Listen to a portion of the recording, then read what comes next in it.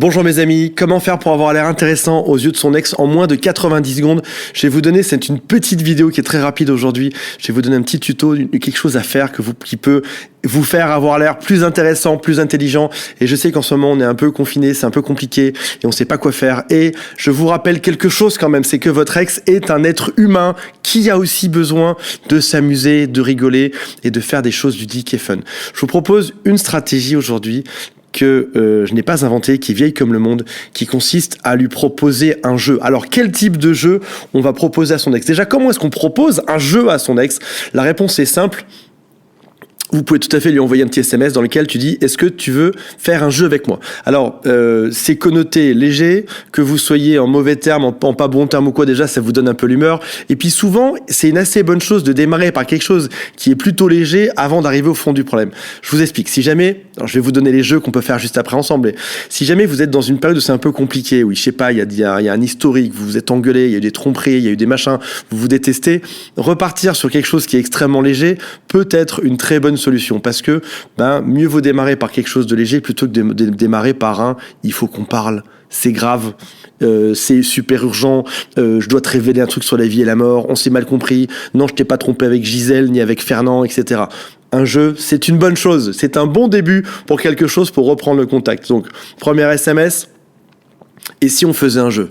En général, si votre ex a gardé un peu son esprit d'enfant, il y a des chances qu'il réponde oui. Soit il répond oui et on peut démarrer sur un jeu, soit il répond rien, et dans ce cas-là, on n'insiste pas. Si l'enfant ne veut pas jouer, on n'insiste pas. Si ton ex n'est pas d'humeur taquine, on repousse à plus tard. Admettons que ton ex réponde oui. Il y a un jeu que j'adore faire qui s'appelle le X ou Y. Je ne sais pas si je l'ai inventé ou pas. X ou Y.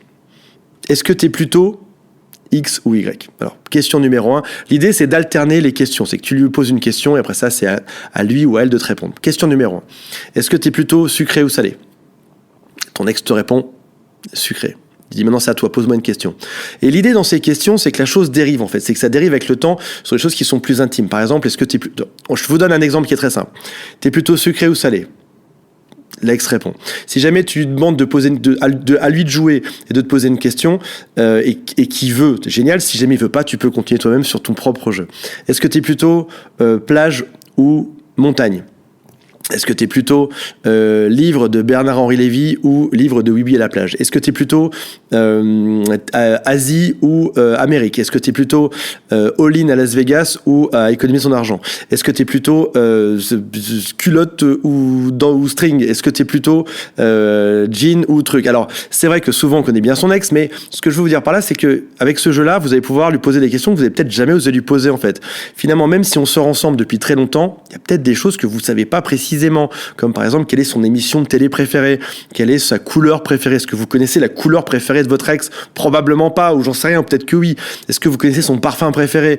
Est-ce que vous connaissez ses tendances en termes de, voilà, est-ce qu'il est plutôt économe ou dépensier? Est-ce que vous connaissez sa voiture préférée, son type, son instrument préféré? Est-ce que vous connaissez, je sais pas, enfin, même quel est votre ami qui préfère, qui trouve le plus mignon, le plus... Bon, ça, c'est peut-être pas l'occasion, si jamais vous sortez d'un truc qui est un peu compliqué, on a peut-être oublié ça. Mais en tout cas, ce jeu du « est-ce que tu préfères X ou Y ?» ça peut vous occuper pendant quelques temps. Si on est confiné, voilà, ça peut être l'occasion de rigoler un peu ensemble. Et souvent, ça peut aussi dériver vers des choses qui sont de plus en plus intimes avec le temps. Donc, je vous recommande d'essayer ça. Dites-moi si ça a marché, je serais curieux. Demain, on va faire un débrief de tout ça. Donc, j'aimerais, accrochez-vous bien, j'aimerais que vous essayiez ce soir ce jeu. Premier SMS, est-ce que tu veux faire un jeu? Et s'il répond oui ou lequel, tu dis je te pose une question, tu dois juste répondre laquelle des deux bonnes réponses. Et j'aimerais que vous mettiez en dessous déjà des idées de questions que vous avez posées pour indiquer aux autres, pour donner des idées à ceux qui n'ont pas d'idées. Et j'aimerais que vous me disiez si ça a marché ou pas en commentaire en dessous. Donc je compte sur vous. Demain, on fait le débrief, on regarde ce qui s'est passé parmi vous tous et on regarde et on débrief et on en prend les meilleures pratiques. Cliquez en dessous, j'ai mis aussi un lien sous la vidéo pour savoir quelles sont vos chances de récupérer votre ex. Et demain, on fera ça interactif. On ira voir ce que les gens ont répondu, etc. À demain. Salut à tous, bye.